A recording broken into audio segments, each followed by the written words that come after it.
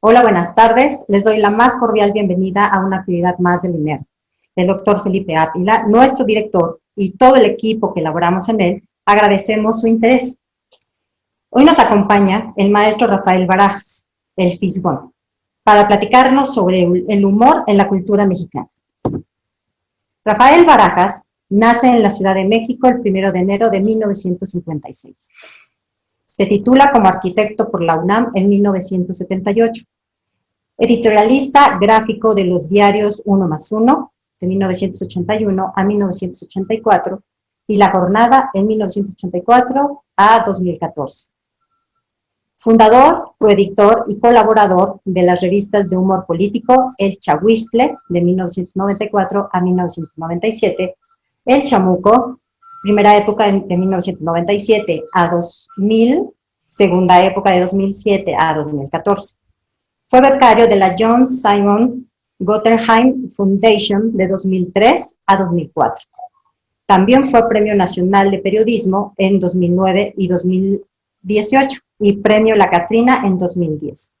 Ha escrito los siguientes libros sobre la historia de la caricatura política y el humor en México: La historia de un país en caricatura, El país de Aguizote, El país del Llorón de Icamole, Pasada, Mito y Mitote, El linchamiento gráfico de Francisco I. Madero y Solo me río cuando me duele.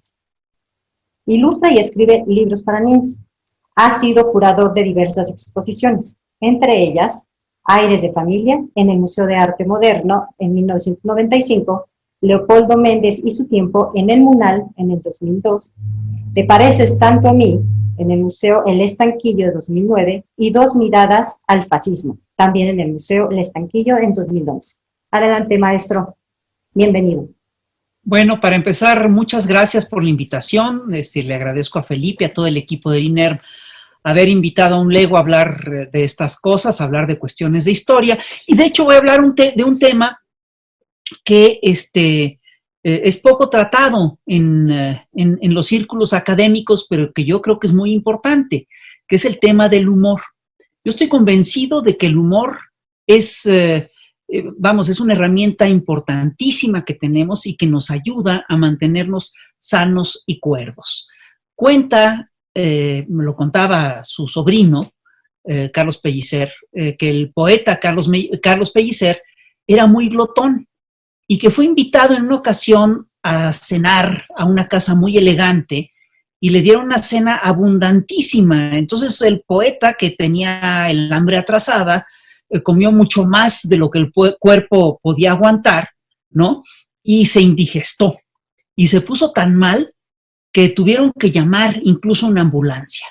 Y cuenta la historia que mientras los enfermeros subían al poeta de América a la camilla, él susurraba así como desesperado a alguien, algo que los dueños de la casa y los enfermeros no acababan de descifrar. Y cuando se acercó la dueña de la casa a oír lo que decía el poeta, se encontró con que Carlos Pellicer estaba diciendo: ¡No me lleven! ¡No me lleven! ¡Todavía me falta el postre! ¡Me falta el postre! Una anécdota similar la tiene el famoso Negrito Poeta, un versificador novohispano notabilísimo que vivió en la Ciudad de México en la era colonial. El Negrito se ganaba la vida improvisando cuartetas y décimas a cambio de unas monedas. La historia dice que en su lecho de muerte le vino a dar la extrema unción un cura agustino, ¿no? Ya saben que los curas agustinos van de negro y blanco y tienen tonsurado el cráneo y todo eso, y pues además se acostumbraba a cobrarles unas monedas a los agonizantes. Y cuentan que el Negrito Poeta pues no tenía dinero, y entonces, como pago, le dio al cura agustino un versito que decía: yo ya soy cadáver yerto y la muerte viene al trote. Yo ya soy caballo muerto y tú eres mi sopilote. Todo esto viene a colación por lo siguiente: el humor, entre otras cosas, nos ayuda a superar los momentos difíciles. Sigmund Freud también cuenta una anécdota similar de humor. Cuenta que un reo exclamaba mientras era conducido a la horca. Dice, qué manera tan espantosa de empezar la semana. Y esto viene a colación por lo siguiente, mira, el dolor y la muerte son las experiencias más duras del hombre. Sabemos que son inevitables y reaccionamos ante ellas generalmente con angustia y desesperación. Sin embargo, hay individuos como Pellicer, como el negrito poeta, como el preso de Sigmund Freud, que logran tomar distancia de su drama y logran hacer un chiste, es decir, logran que prevalezca el principio del placer. Ahora, por supuesto que para lograr este distanciamiento burlón y sano, el humorista hace un esfuerzo intelectual serio, importante, para despojarse de sus afectos, para tomar distancia de su situación. Y esto le permite, pues, tratar con jovialidad y alegría todo tipo de situaciones y le permite encontrarle el lado cómico a las cosas más terribles. Básicamente lo que le permite el humor al individuo es lograr el triunfo del principio del placer. Y ustedes me perdonarán, pero esto es una proeza y esto además es una cosa sumamente sana. Yo estoy convencido de que practicar el humor es agradable y es saludable. Tomar las cosas con sentido del humor ayuda a aliviar nuestras penurias y nuestros dolores. Reírnos de nuestras tragedias nos permite enfrentar la vida de una manera mucho más honrosa, mucho más agradable. Ahora, por supuesto que tomar esta decisión, es decir, ejercer el humor, es, entre otras cosas, una decisión consciente y es una decisión personal. Yo creo que nadie hace tantos chistes sobre la ceguera como los invidentes. Y en un pabellón de enfermos terminales se escuchan luego los chistes más feroces sobre amputaciones, agonías y maltratos médicos. Los médicos saben que los pacientes que tienen fe y los enamorados y los que tienen sentido del humor, los que se saben reír, suelen tener mejor pronóstico que los demás. De ahí el éxito de este médico que se vestía de payaso para atender a sus enfermos. El humor, yo estoy convencido, es tan importante en nuestras vidas y tiene ramificaciones tan profundas en nuestro cuerpo y nuestra mente, que desde los tiempos de Aristóteles, muchos grandes filósofos, muchos grandes pensadores han reflexionado sobre él.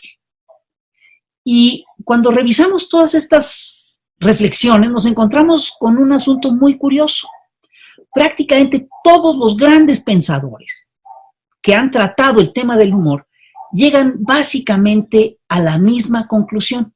Casi todos coinciden en que hay un vínculo muy importante entre el humor y la melancolía. Estos pensadores de Occidente llegaron prácticamente a las mismas conclusiones a las que han llegado también los escritores, filósofos y poetas mexicanos que han tratado el tema del humor. Yo recuerdo claramente un poema de Juan de Dios Peza, que es un clásico, en el que hay un tipo que llega al médico con una profunda melancolía y el médico le dice, bueno, pues ya tengo yo la medicina para su enfermedad, vaya a ver al payaso Garrick, que se hace reír a todo el mundo. Y entonces el paciente le dice, muy triste, mire, yo soy Garrick, cambiadme la receta. Y este poema termina diciendo, ay, cuántas veces al reír se llora, nadie en lo alegre de la risa se fíe, porque en los seres que el dolor devora, el alma llora cuando el rostro ríe. Y de manera muy similar, el filósofo Jorge Portilla, en su fenomenología del relajo, dice que el humorista es un hombre permanentemente orientado en el sentido de lo que podríamos llamar la miseria del hombre. Entonces, lo que hay que revisar además, es cómo funciona el humor para nosotros. Quien realmente trabajó bien el tema y que creo que le dio una solución al asunto, resolvió parte del misterio, es el padre del psicoanálisis, el mismísimo Sigmund Freud, que plantea que en el humor el superyo, es decir, la idea de lo que debemos ser, consuela al yo a través del humor. Y Freud concluye que el humor es, por lo tanto, un mecanismo que ofrece grandes ventajas sobre la neurosis, la locura, la borrachera, el ensimismamiento y el éxtasis, pues nos permite rechazar el sufrimiento, afirmar la insuperabilidad del yo por el mundo real y sustentar, sobre todas las cosas, el principio del placer. Ahora, fíjate que John Lennon solía decir que los pueblos que más sufren son los que más sentido del humor tienen. Y yo creo que esto es cierto, y no solamente creo que esto es cierto, sino que esto plantea, entre otras cosas, que nos permite decir que el pueblo mexicano, bueno, pues debe ser una pinche superpotencia humorística mundial, porque es un pueblo que ha sufrido muchísimo a lo largo de la historia. Y fíjense que, si bien es cierto que se ha estudiado muy poco el tema, es un hecho que en México se cultivan históricamente diversos géneros humorísticos, literarios, gráficos y periodísticos. Y diariamente los mexicanos ejercen actitudes, temas y formas de humor específicos y locales. El humor es, entre otras cosas, algo que se ejerce y que se practica. Y yo creo que la cultura mexicana del humor es rica, es compleja y tiene además una muy fuerte personalidad. Diversos escritores y pensadores han escrito sobre este tema. André Breton, el padre del surrealismo, vino a México y reflexionó sobre el asunto. El filósofo Jorge Portilla, del grupo Hiperión, también habló, al igual que Breton, del gusto del mexicano por el humor negro. Octavio Paz habla también de cómo el mexicano suele reírse de la muerte.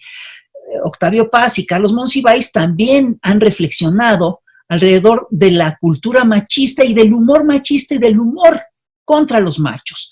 Jorge Portilla escribió un ensayo fantástico sobre el relajo del mexicano, que se titula Fenomenología del relajo. Antonio Latorre, Ali Chumacero, Francisco López Cámara y otros autores han reflexionado sobre la picaresca y la picardía mexicana y sobre el lenguaje de los albures. Portilla, entre otras cosas, destaca las peculiaridades del lenguaje cantinflesco y además existe un muy abultado anecdotario político mexicano. Hay un anecdotario muy largo sobre la picaresca política nacional. Y por supuesto, tenemos una tradición de humor político muy, muy sólida en nuestro país. Todas estas aportaciones son importantes y nos dan una visión de conjunto de lo que es la cultura mexicana del humor. Y a esto, pues, habría que agregar, entre otras cosas, que el mexicano ha logrado cultivar ha logrado construir, digamos, a lo largo de décadas, un universo casi perfecto del mundo al revés, que es uno de los núcleos claves, que es una de las formas más importantes del humor, ¿no? Es decir, las estructuras del mundo al revés. Y en ese sentido, bueno, pues yo sí diría que México no solamente es la tierra de elección del humor negro, como diría André Breton, sino que es, entre otras cosas, la tierra de un humor, bueno, yo diría que más que la tierra del humor negro, es la tierra del humor prieto cabrón. Y yo sí creo que en México, desde mucho tiempo atrás, se practica un humor verdaderamente siniestro.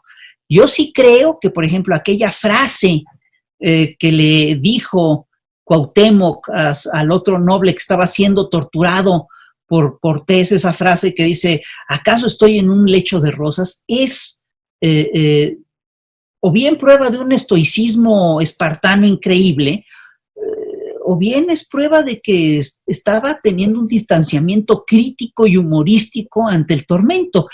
Y ya en la colonia nos encontramos con una cantidad enorme de manifestaciones de humor negro. El propio Negrito Poeta tuvo varias manifestaciones de este tipo. Cuentan que el Negrito Poeta era tuerto, que le faltaba un ojo. Y se cuenta que en una ocasión coincidió con el virrey conde de Moctezuma y Tula en el templo de Santa Lucía, que era el templo de que es esta santa, que entre otras cosas a la que le habían sacado los ojos y que es la santa de la luz, la santa a la que consultan los enfermos de los ojos. Y entonces el Negrito Poeta se sentó a rezar o se hincó a rezar al lado del virrey y vio que el virrey pues también era tuerto, ¿no? Y entonces bien, se sentó al lado del virrey tuerto, el Negrito Poeta, que era también, el otro que era también tuerto, y cuentan que el Negrito le rezó así a la señora Santa Lucía, la patrona de los ciegos. Le dijo: señora Santa Lucía, por tu singular clemencia, dame un ojo, santa mía, y otro para su excelencia. Cuentan también que en una ocasión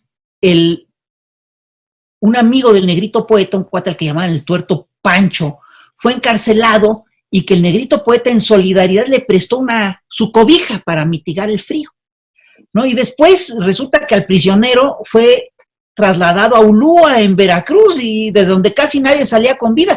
Y cuentan que el Negrito Poeta pues le mandó pedir que le devolviera su cobija con estos versos. Le mandó pedir a un amigo que le pidiera al Pancho el Tuerto que le devolviera su cobija, y le dice el verso, dice más o menos así: si llegas a Veracruz y allí ves a Pancho el Tuerto, le dirás que por Jesús me manden la cual fue envuelto, es decir, que le manden las cobijas. Cuentan también, bueno, esta cosa de humor negro, por supuesto, se fue prolongando a lo largo del siglo XIX en el México independiente, y hay una cantidad notable de escritos de Lizardi, de Pablo Villavicencio, que usan humor negro. Y de hecho, en la prensa satírica del siglo XIX, nos encontramos con una cantidad enorme de poemas y de canciones satíricas que utilizan el humor negro. En los tiempos de la intervención francesa, los liberales tuvieron que salir huyendo de la capital, después de la caída del sitio de Puebla.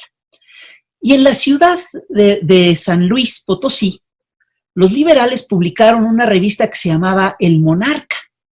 Y en esta revista publicaron versos, pues todos los grandes poetas liberales de la época: Ignacio Ramírez, Guillermo Prieto, Vicente Rivapalacio, etc.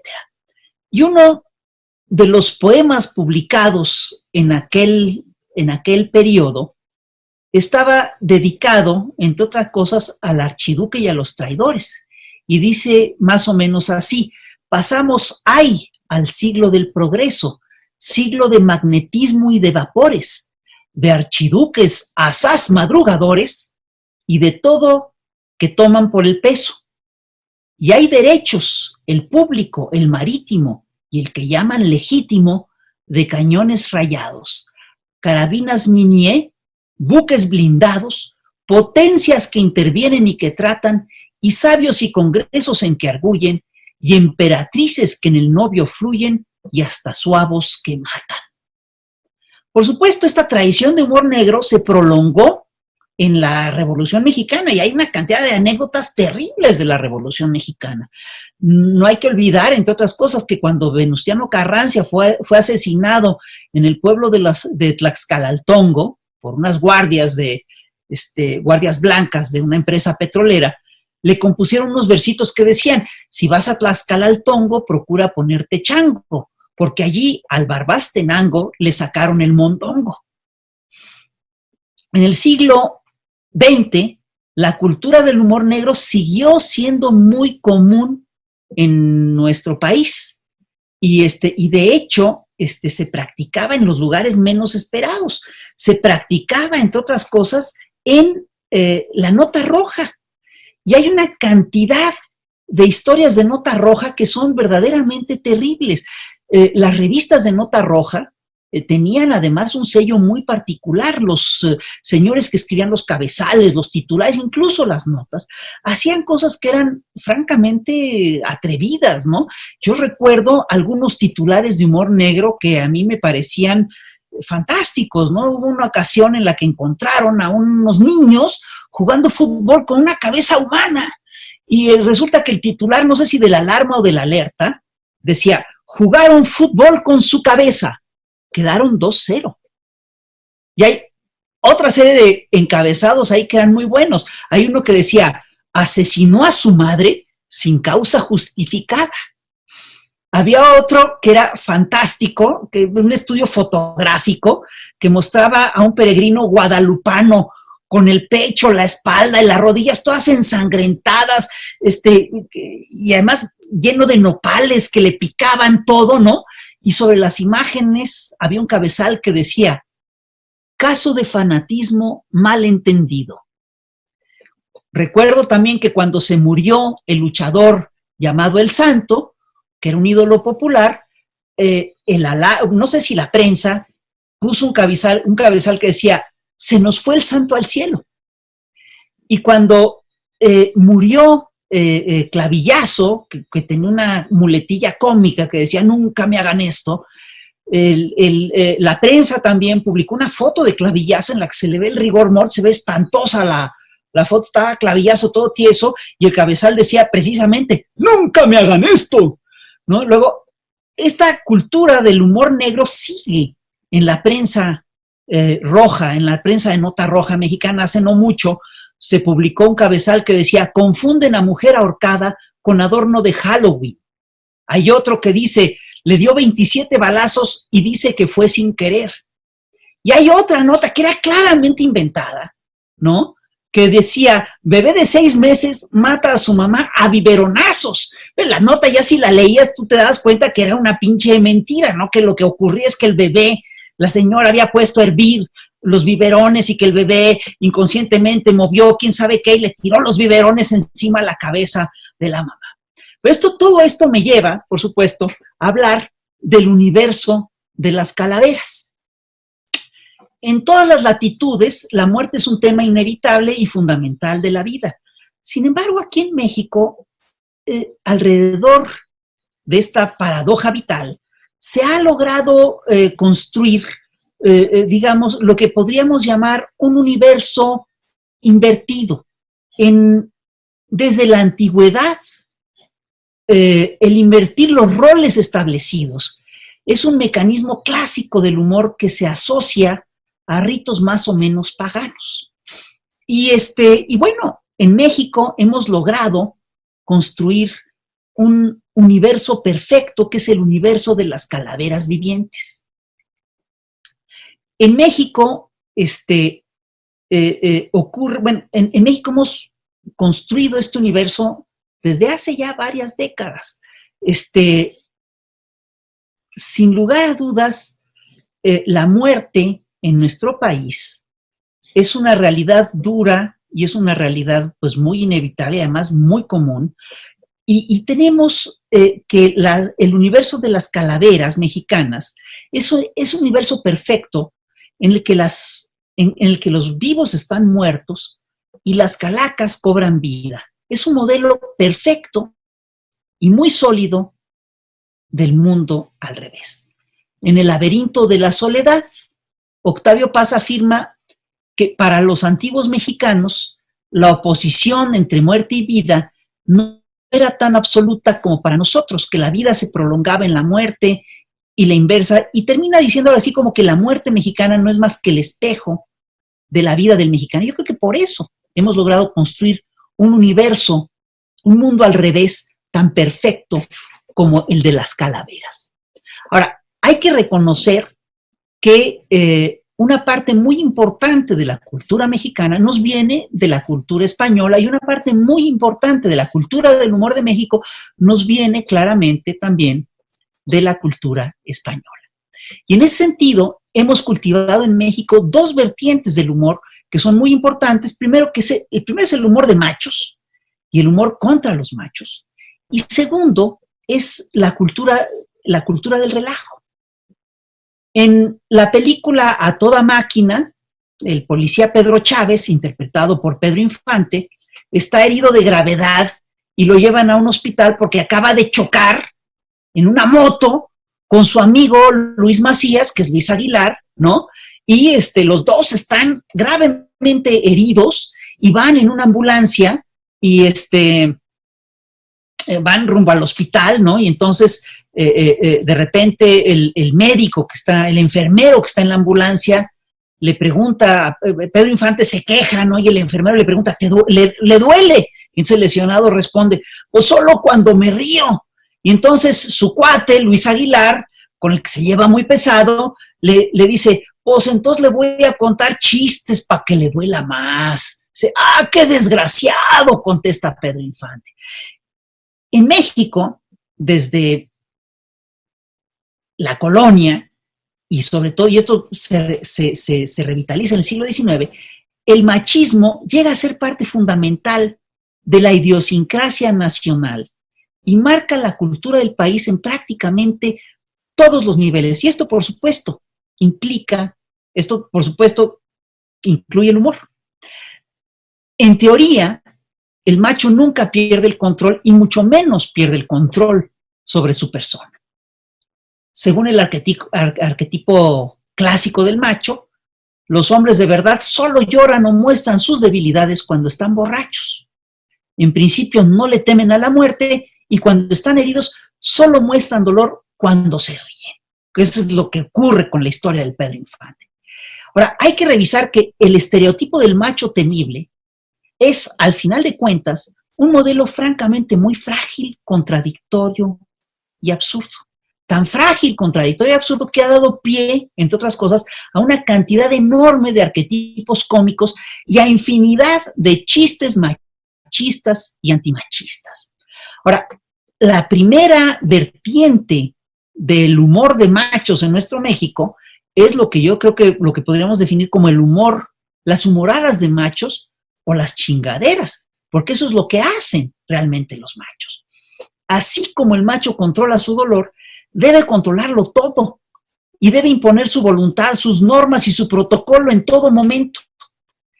Por eso, por ejemplo, Patricio Ortiz, el caricaturista, colega y amigo nuestro, inventó un personaje que se llama Hombre-Man, que es el hombre, el macho, que es una suerte de vigilante tercermundista, ¿no?, que está dispuesto a imponer su propia ley a todo lo que da. Y entre las humoradas de los machos nos encontramos unas que son de un humor negro brutal, que son de una crueldad verdaderamente espeluznante y que hay que desterrar. Yo recuerdo algunos viejos cuentos, por ejemplo, hay uno en el que un viejo juez interroga a un tipo acusado de asesinato y le pregunta, oiga, ¿es verdad que mató al acusado por 5 pesos? Y él dice, pues sí. ¿Y cree usted que la vida de una persona vale tan poco? ¿Cree que vale la pena matar a una persona por 5 pinches pesos? Y el acusado dice, pues verá usted, 5 pesitos acá, 5 pesitos allá, en fin, es la cantaleta esta de que la vida no vale nada. Un escritor español que vino aquí a México con la República, Max Aub, publicó en 1956 un libro fantástico que se llama Crímenes Ejemplares, que es un libro hecho, según él, con material de primera mano, que fue recopilado en España y en México, en periódicos y sobre todo transcribe cosas de nota roja. Y una parte muy importante de estos textos acusa un claro origen mexicano y define además define lo que son este humor machista, cruel y descarnado. Son como cositas que rescata de periódicos y hay una que es increíble, que es terrible, ¿no? Es un tipo que está contando ante la fiscalía, frente al juez, y entonces él está contando, dice, ¿por qué mató a su mujer? Entonces él dice que el asesino cuenta y dice, es que ella me dijo, antes muerta, y yo lo único que quería era darle gusto. Y hay otro que cuenta y dice, pues lo maté porque estaba seguro que nadie me veía. Luego hay otro que cuenta, era tan feo el pobre que cada vez que me lo encontraba parecía un insulto. Todo tiene su límite. Y hay una que es clásica, que que la manejaba, la recopila Tomás Mojarro y dice, lo maté para que aprenda. Son historias de una brutalidad increíble. Ahora bien, como yo les decía, esta historia, estas humoradas de machos, es decir, en esta cultura machista, lo que acusa, entre otras cosas, es la enorme fragilidad del macho. Y en ese sentido, hay que reconocer que desde la colonia, en México existe también todo, digamos, todo un recetario para atacar al macho. Porque en las lógicas del machismo, pues el hombre, pues, no debe de tener fallas, pero todos los hombres tienen fallas. Es de la fregada vivir pensando, queriendo cumplir con las, digamos, con los cánones que establece la cultura machista. Son espeluznantes. Y en los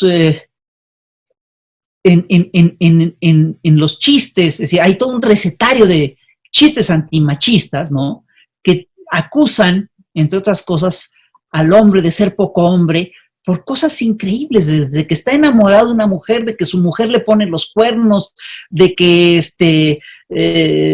tiene una hermana que se enamora, o que tiene una madre de que fue de cascos ligeros, y por supuesto, la gran acusación contra la gran beta de este recetario de chistes antimachistas es acusar al macho de ser en realidad un homosexual.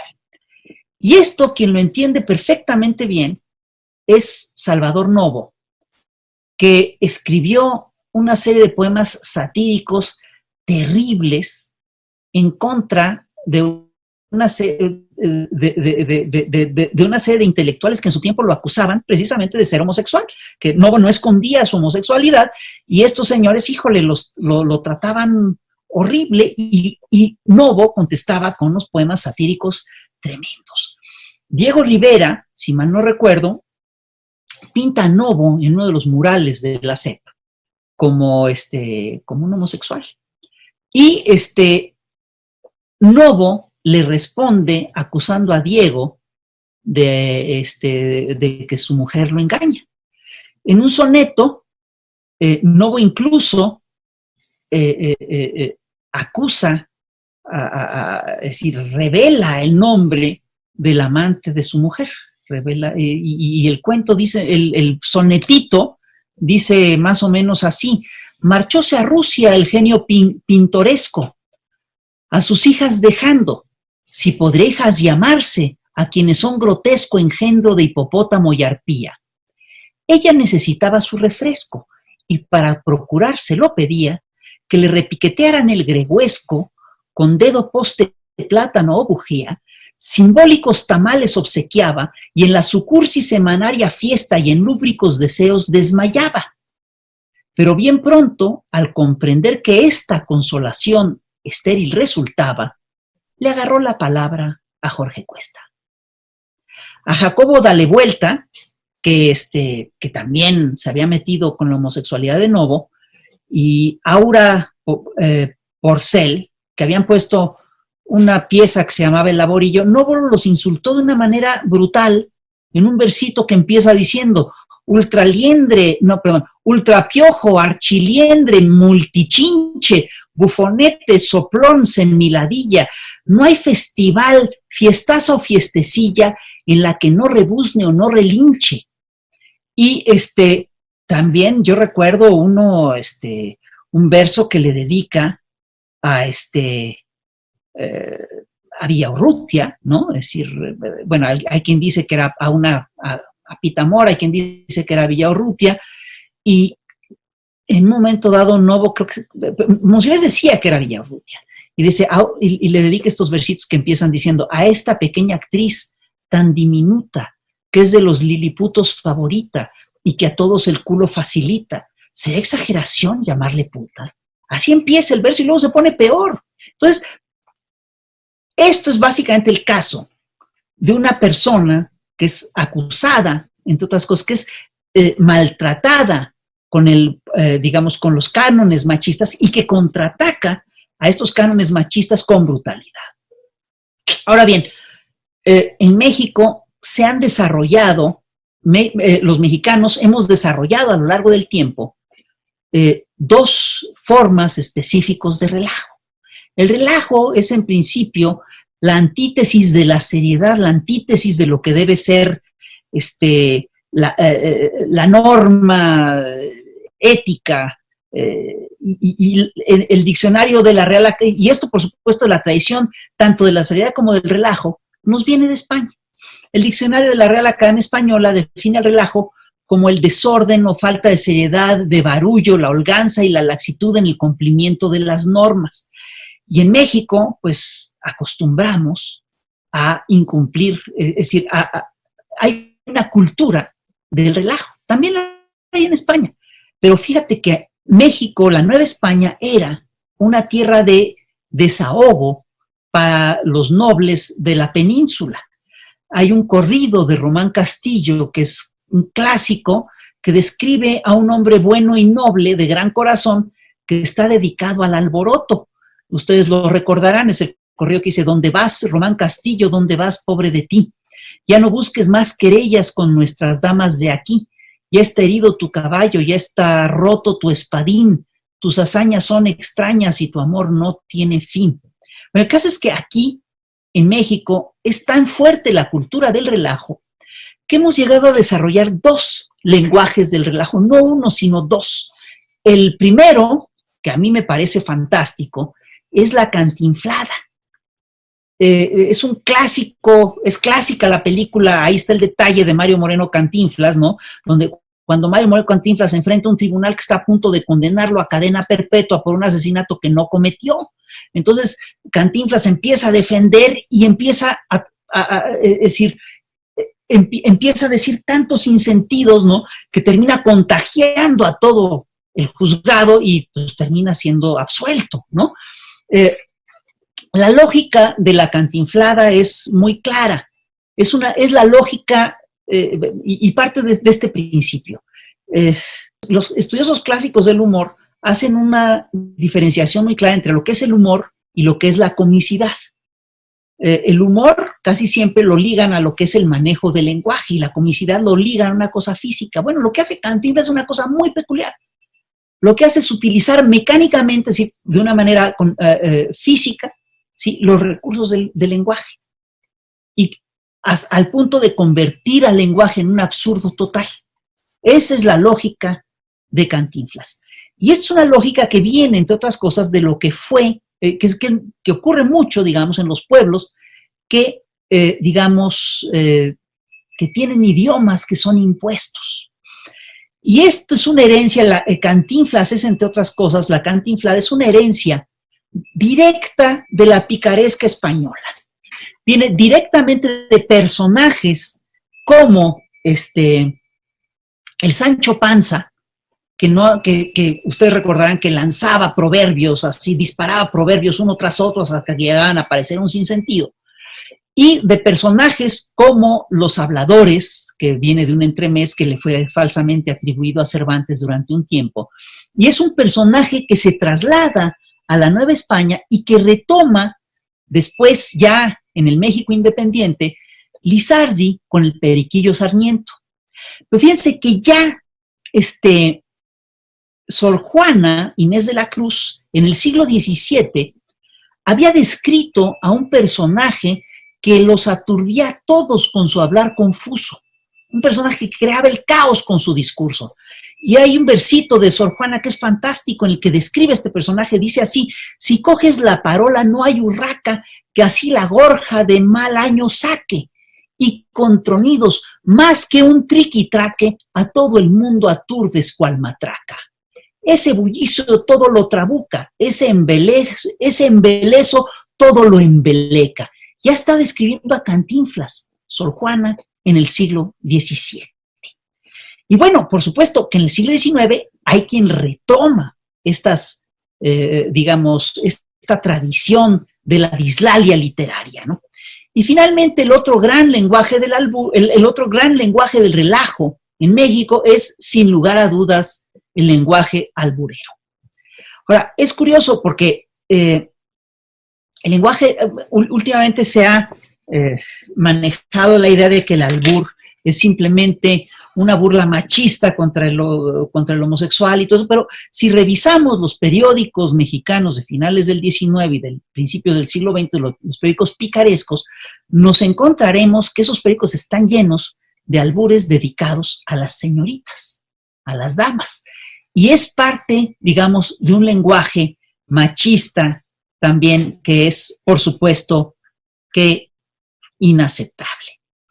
En fin, con todo esto les quiero decir, estos han sido como una serie de apuntes, de avances de lo que es la cultura del humor en México y por supuesto es algo que hay que revisar. Y hay que revisarlo seriamente porque yo estoy convencido de que el humor mexicano debe ser, entre otras cosas, psicoanalizado.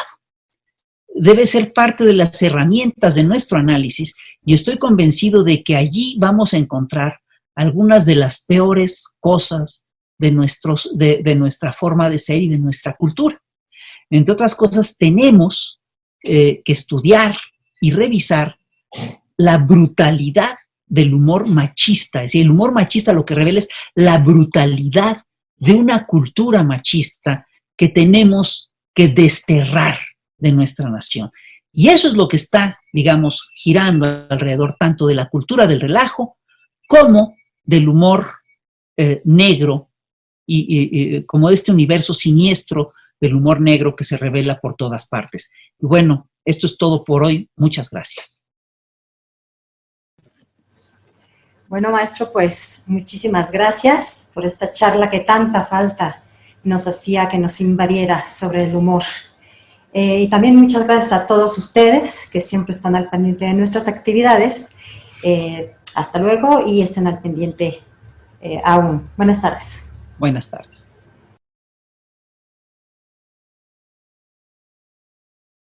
Secretaría de Cultura. Gobierno de México.